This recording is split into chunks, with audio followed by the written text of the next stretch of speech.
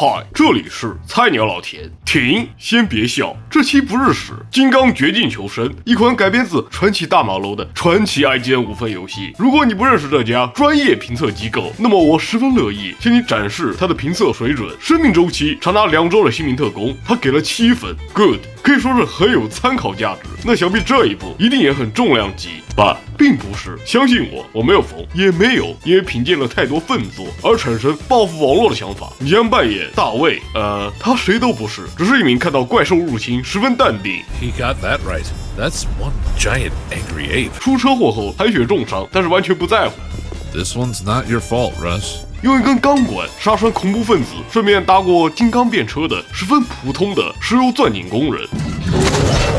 Oh yeah!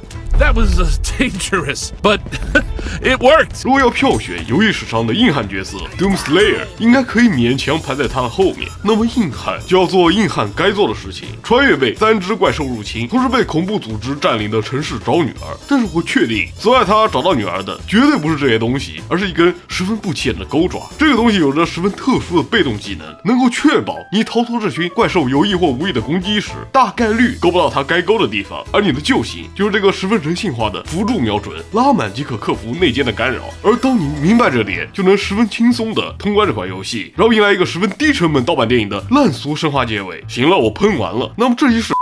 拜托，你还能要求点什么？毕竟能让我共情的游戏不多了，因为我发现我们都有一个共同的特点：穷。相信你可以从建模上直接看出来。我感觉首发买的76块钱，一半都是帮他们付了版权费，甚至配音演员，我都感觉就那么3个人，一个配男人，一个配女人，还有一个配反派。毕竟反派是花钱买的版权，流程也不长，差不多也就6个多小时。那么我为什么会觉得这游戏不屎呢？因为我想改掉尖酸刻薄的毛病，成为赛博圣人嘛？很明显并不是，我也不想改。因为这游戏至少它是个游戏，虽然其中最花钱的3只怪兽和一个反派，玩家几乎不能和他们产生多少互动，因为就算主角是一个已经超越人类极限的硬汉，但是他不可能单挑一只巨型猩猩，所以遇到怪兽逃跑是你唯一的选项，遇到反派艾伦乔纳播片也是制作组唯一的选项，就算主角砸了他一下，放心，他后面照样可以出现在你面前，不然你让传奇怎么往下拍？不往下拍怎么继续圈钱？但就算去掉这些内容，本作也差不多就是一款十分正常的线性横版动作游戏，跑跑图、解解谜、找找钥匙、找找零件、打打怪、弹反然后打打怪、开枪然后打打怪、打打拿刀的怪、打打拿盾的怪、打打拿喷子的怪，然后再打打这些排列组合的怪，或者用比较有趣的手段，比如把敌人直接推下平台，或者闪避敌人的子弹，让他们互相射击。美国的任务也很简单，找几段怪物的声波拼凑完整，然后召唤你的工具员过来帮你解决眼前的问题。可以说不算有什么特色，但也绝对不算差。